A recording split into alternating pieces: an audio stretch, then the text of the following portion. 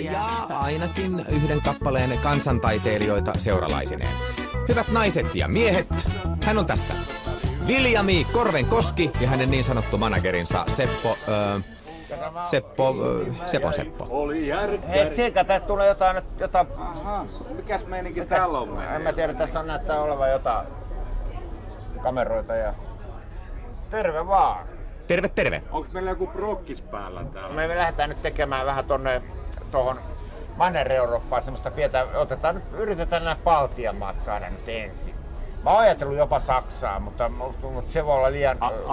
I bruise, vai miten se meni? Siis onks nää tosissaan? Me tehdään nyt semmonen juttu, kun tullaan Tallinnan satamaan, niin me ollaan tässä erään vaikuttajan musiikkipiirissä Tallinnan, tai jopa Baltian maiden Tallinnassa vaikuttavan henkilön puhelinnumero. Ja mä otan häneen yhteyttä. Meillä suomalaisilla on yksi paska ominaisuus. Me kuvitellaan, että tämä meidän elämäntapa on niin ainut ja oikea.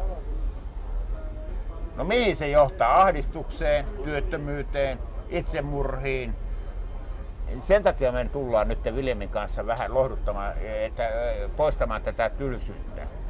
Mulla oli tää Latosaari, kato, se on tärkeä paikka Pohjanmaalla. No vetä se joku biisi Latosaaressa tumpulta kiinni mä jäin, oli järkkäri hurjana vallan. Ulos se paiskasi minut hilaten, tunsin viiman ja tunsin mä hallan. Äärissäni koitin siinä lehdistöpassia näyttää, mutta syntinen on ja ulos jää, kun käsi peliä käyttää. Tiedätkö, mä luulen, että me saadaan hotdogia jopa nakilla tätä menoa. Että näin. Viehättäviä miehiä ja kaunis kappale.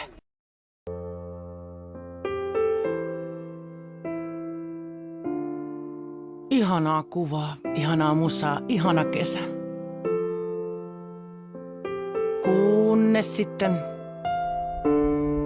Älä nyt. Ihanaa veljesrakkautta.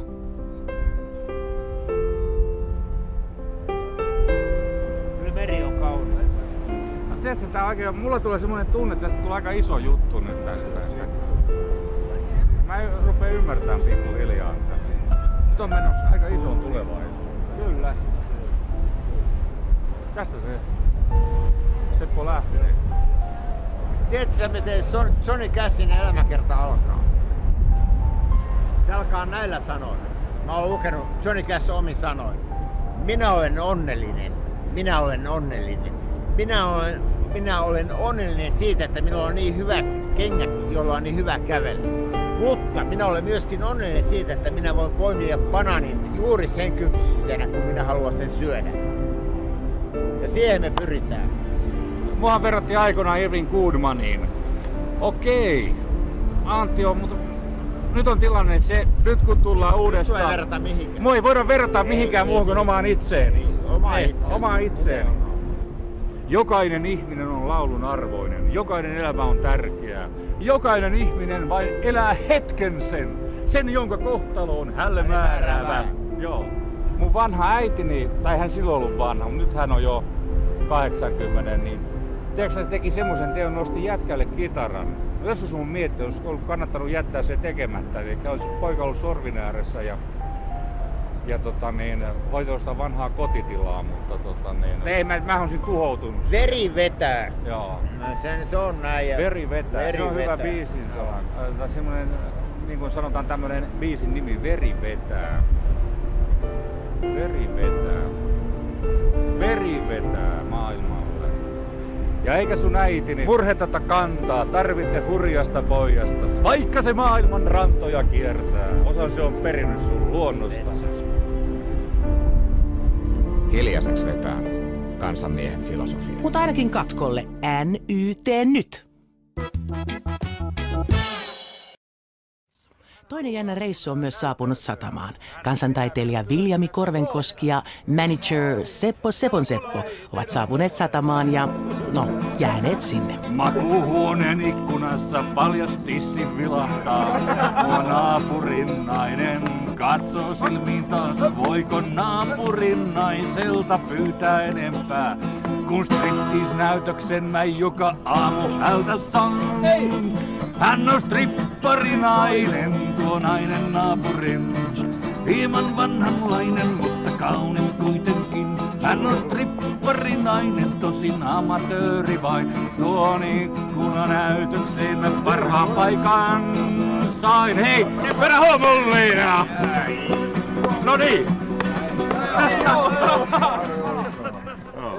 Italialaista tunnelmaa Tallinnassa. Ei niinkään tossa katulaulussa, vaan tossa pizzalätyssä. Tätä manatserikin pitää kondiksessa. Kiitos. Ole hyvä mies. Kiitoksia. Oli hyvä pizzaa. Siis todella kiitos sinulle. Mä itse tekin sen. Kotona äsken tekin sen. Vielä kerran.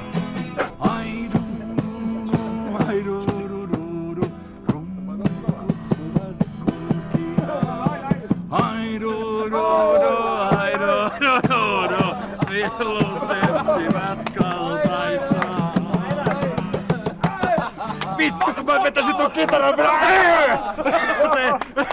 eikö se mun rakasi, mä voin tappaa sitä. All right. Nyt Tallinnassa ollaan, otetaan taksia. Onks meillä viina? Ei oo viina. Tuossa on pikkasen vielä jäljellä. Ai, tässä on keltainen tullut tänne. Vittu, näitä ei Seinäjoella eikä Helsingissä näy. Että niin. Mä heittään noin tonne peräkonttiin, niin lähdetään katteleen Tallinnan yötä. Tallinnassa on iltapäivä, mutta mä veikkaan, että nämä jampat pystyy kyllä siirtyyn suoraan yöhön. Ne on ihan yössä jo nyt. Nyt on pakko jättää Jonsu ja Laura ennen kuin poliisi pysäyttää ne. Käydään tsekkaamassa, miten trupaduuri Williamin ja managerin taksireissu yöhön etenee. Hyvin näyttää etenevän. Tää taustalla soiva biisi on muuten Williamin omaa tuotantoa. Nimeltään Taivaanrannan takaa, etsi asiayhteys. Väsyneet matkaajat ovat paikallistaneet majapaikkansa hotelli Chingelin. Askel on vakaa, mieli virkeä. Taivaanrannan takaa. William Korvenkoski, Finnish artist. Very beautiful woman. Mitä? Ei flaksi käynyt, vaikka noin nätisti esittäydyttiin. Pimeys kieltäväistyy. Taakse jäi taas eilinen.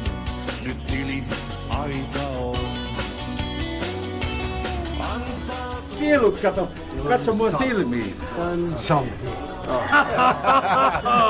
Ristus, mutta me sanotaan näin. Yhdessä tanssitaan. Ristuksen satana. Vahvaa, Viljami, vahvaa. Missä ollaan, mikä maa? Joku ehkä veikkaa Espanjaa. Nyt on todellakin aika kävästä katkolla. Hetken pienen elossa onni usein meitä kohtaa. Kansantaiteilija ja managerinsa tietävät, missä ovat. Eivätkä varmasti ole niin kiinnostuneita siitä, mihin pitäisi mennä. Se on semmoinen juttu, että silloin kun lähtee kovilla menemään, niin silloin mennään sitä mukaan, että siis taiteilija on taiteilija. Ja me ei nyt tästä hirveästi rahaa pyydetä. Mutta tulevaisuudessa niin me ei tehdä mitään ilman, että sit pitää olla jo vähän valuuttaa. Ole sä hiljaa siellä nyt, kun mä keskustelen managerina tästä. Mä olen talouselämän jättiläinen. Siis persaukinen talouselämän jättiläinen. Mutta nyt lähdetään siitä, että tuplat sinitonikit, mieluummin semmoista vähän 20 kivan näköistä minihamesta ilotyttöä. Niin sitten huomenna voidaan jatkaa tätä juttua. Muuten mä paan kanssa teille nurin. Kanssa ei tee yhtään mitään. Joo, oo sä hiljaa siellä nyt. No siinä oli suunnitelmat kohdillaan. Mä sanon, että noiden äijien reissusta ei tule tilannekomikkaa puuttua. Hei, mä oon aina halunnut sanoa nämä seuraavat sanat. Ja samaan aikaan hotelli Chingelissä. Vanhassa kaupungissa, niin siinä on semmoinen pieni kahvila, niin tavataanko siinä? Sä tiedät, mitä mä tarkoitan, me ollaan ennenkin nähty siellä. Niin tavataan huomenna kello 16. Selvä, okei, hyvää yötä, moi.